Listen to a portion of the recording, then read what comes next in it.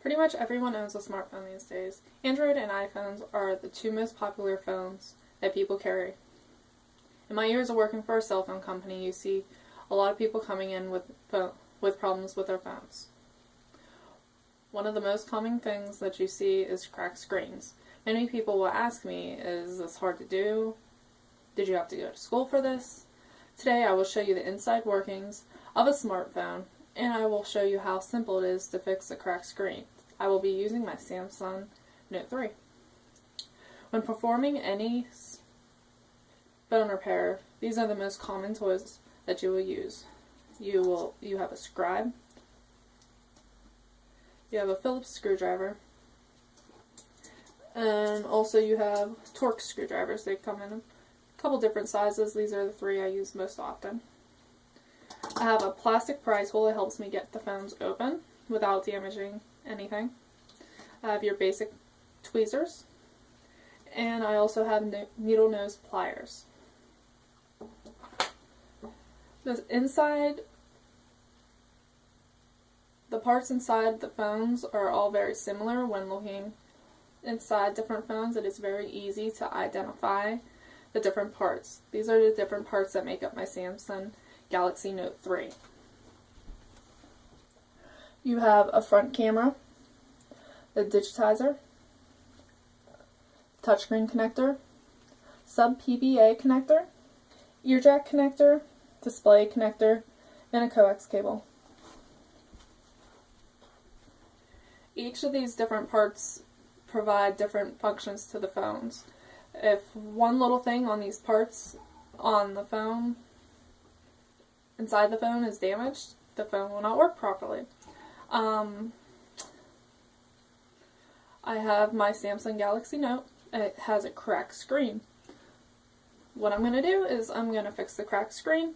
I'm going to replace it with a screen that does not have any cracks on it. A couple different steps to start the repair. First is just basically you want to start off with removing the pen, the S Pen, from the back of the phone. Next, you want to take the back door off.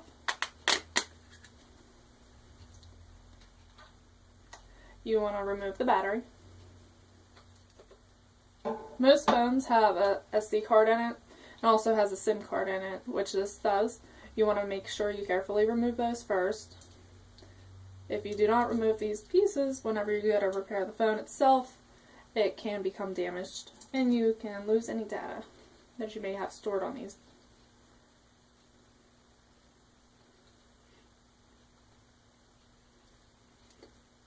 Okay. Once the SD card and the SIM card is removed, there are 12 screws on the back of this phone. You need to take out all 12 screws before opening the phone. So let's start that. You will use a Phillips screwdriver to do this. So I'm going to start with just taking out the screws. Usually when you're taking apart the screws, you want to place the screws you want to organize them so you don't have them just spread out everywhere. Once you actually get into the phone, sometimes they have more screws, not always. So you want to keep them separate so you don't get them mixed up. So they can be different screw types, they can be different sizes, so that's not a good thing if you mix them up.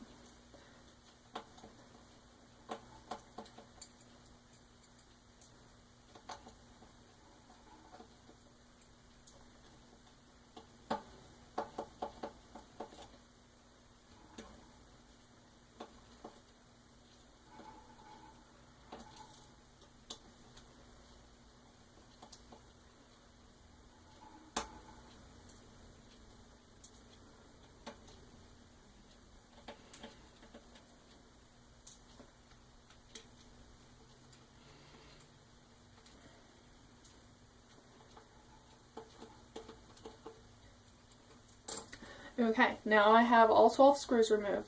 The next step is I'm going to take this plastic pry tool that I have here that I showed and carefully remove the plastic, pretty much this back cover from around the phone so I can get into the inside of the phone.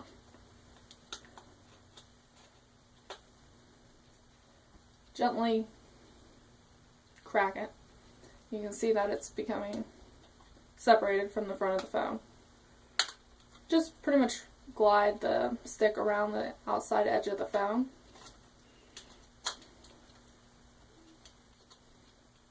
And it just basically snaps off. Sometimes you forget a screw, just take it out. Usually that part won't open if you forget a screw. Okay.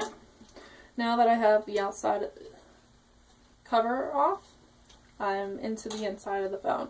This inside of the phone is the same exact thing I have here in the picture. Pretty much all you have to do is disconnect all of the different connections. It doesn't really matter which way you start because there's nothing that will be stuck whenever taking the board out at all. Pretty much I'm going to start right here. Sub PBA connector. We're going to do the touch screen connector, the digitizer. You can use your finger on a lot of these. If you can't just get them sometimes, you just use the red stick gently and remove them. Here's the camera.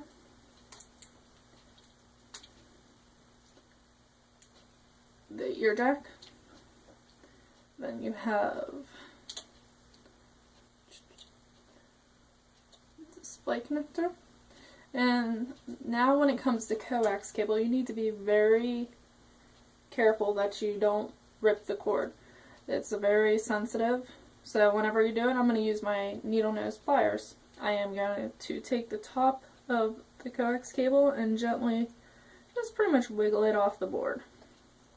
Okay, now it is disconnected. Everything that I needed to disconnect is disconnected in the phone. There is no screws inside this phone at all, so pretty much all I have to do is gently lift the board out of the phone.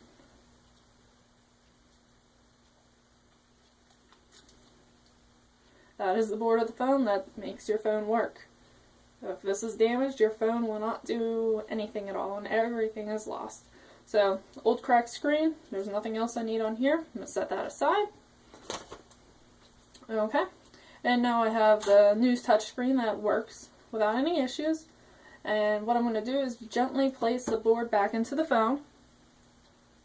You need to make sure, one thing you need to make sure is that any cables that need to be placed on the board, it doesn't get stuck underneath the board when placing it in. You'll just have to lift the board up again if that happens.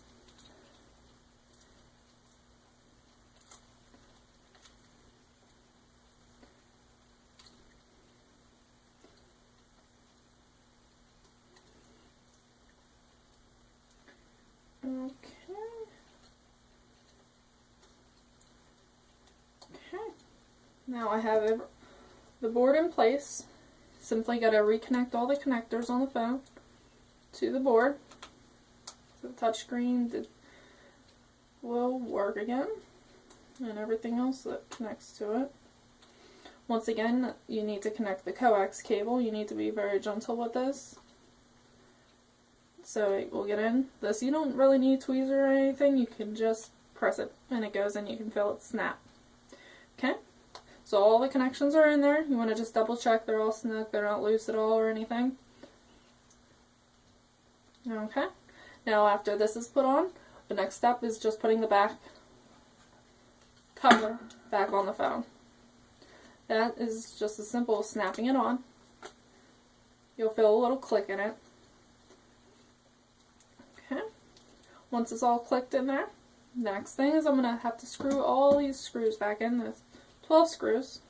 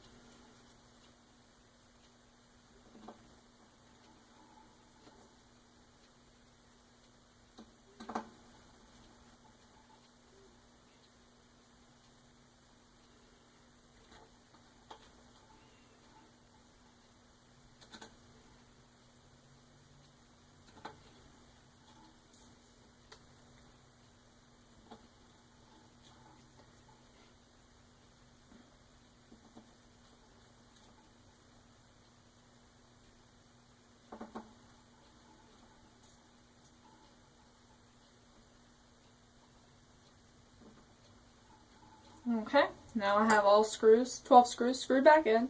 Next I'm going to put the SIM card back in the phone. Just slides right on in there. Then I'm going to place the SD card back in the phone. Okay, put the battery back in. Then I'm going to put the back door back on the phone. And then I'm going to place my S Pen back in the phone. Okay. Let's power it on. Make sure it works.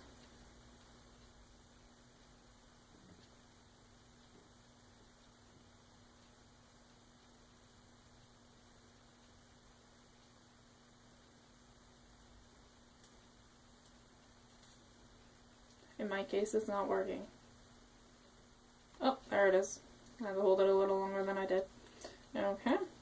One of the most important things after doing any cell phone repair is testing the phone and making sure all the functions of the phone work. So I'm going to wait a couple seconds for this to power on fully, and I'm going to test a couple functions real quick to make sure everything works. So we can see the screen is working and the sound is also working. Just 1 second. Okay. Got the screen on. Touchscreen works. Everything seems to be working. Very good. Okay. Well, I just went over the inside workings of my Samsung S3 or Samsung Note 3. I showed you the tools that I need to complete the cell phone repair, and also I showed you the different parts inside the phone. That is also very similar to any other phone. If you ever feel up to trying to repair a broken phone, broken screen, or anything, I would suggest going on the computer and looking up a repair guide to do so. Once you look up the repair guide, it's pretty much step by step.